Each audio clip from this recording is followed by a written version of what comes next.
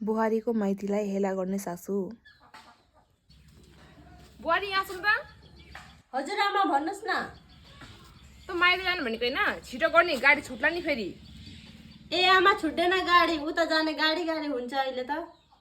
सुन त बुहारी, यहाँ एउटा साडी छ कि, तेरो आमालाई लगिदे है। ए आमा पर्दैन थियो नि, किन ल्याउनु भएको? उता पनि आमाको साडी छ, लाउनै हुँदैन। कहाँ ल्याइदिएको होला? त्यो पल्लो घरको बुहारीले अस्ति ढोकभेट गर्दाखेरि दिएको त्यो साडी मलाई त मन परेको छैन।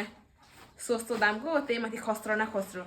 तेरो आमाले त जस्तो पनि लगाइहाल्छ नि, त्यही लागि लगिँदैन भनेको। कस्तो कुरा गर्नुभएको आमा तपाईँले? तपाईँलाई मन नपरेर पो सस्तो दामको खस्रो साडी मेरो आमालाई पठाइदिनु आँट्नु भएको?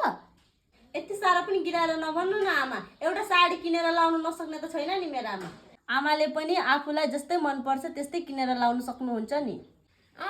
धेरै बाठी नपल्टी, तेरो पनि त्यही गति त हो नि, नदेखेको र मैले। मेरो छोराले बिहे गरेर मात्र तैँले राम्रो खानु पाएको, राम्रो लाउनु पाएको, एक जोडी कपडा किनेर लाउने हैसियत थिएन। बोल्दा बोल्छ अहिले। आमा अनि मलाई माग्नु आउँदा देख्नै भएको थियो होला त मेरो घर परिवार कस्तो छ भनेर। म भन्दा त धनी राम्री बुहारी भेट्नुहुन्थ्यो होला त अनि। मेरो छोराले मन पराइ गयो, नत्र मेरो छोराको लागि भनेर खानदानी केटी हेरेको थिएँ मैले। तर तैँले मेरो छोरालाई मोहनी लगाएर फसाएर बिहे गर्नु पर्यो। आमा तपाईँ पनि बोल्नु पाए भन्दैमा बेसी नबोल्नु है। मुखमा जे आयो त्यही बोल्नु त मिलेन नि। त्यति बेला मेरो हात माग्नु आउँदा त यत्रो मुख लगाएर आउनु भएको थियो त, काहीँ केटी नपाए जस्तो गरेर। हुन्छ मलाई छोरी मात्रै दिनु न, अरू केही चाहिँदैन भन्दै आउनु भएको होइन। अहिले चाहिँ किन जे पाए त्यही बोल्नुहुन्छ तपाईँ? बढ्दो नबोले बुहारी, अहिले छोरा लगेर अर्को केटीसँग बिहे गराइदिन्छु नि, थाहा पसिस।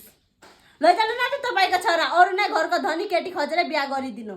काहीँ नभएको पैसा छ भन्दैमा यति साह्रो नि घमण्ड देखाउने नि आमा। काहीँ नभएको पैसा।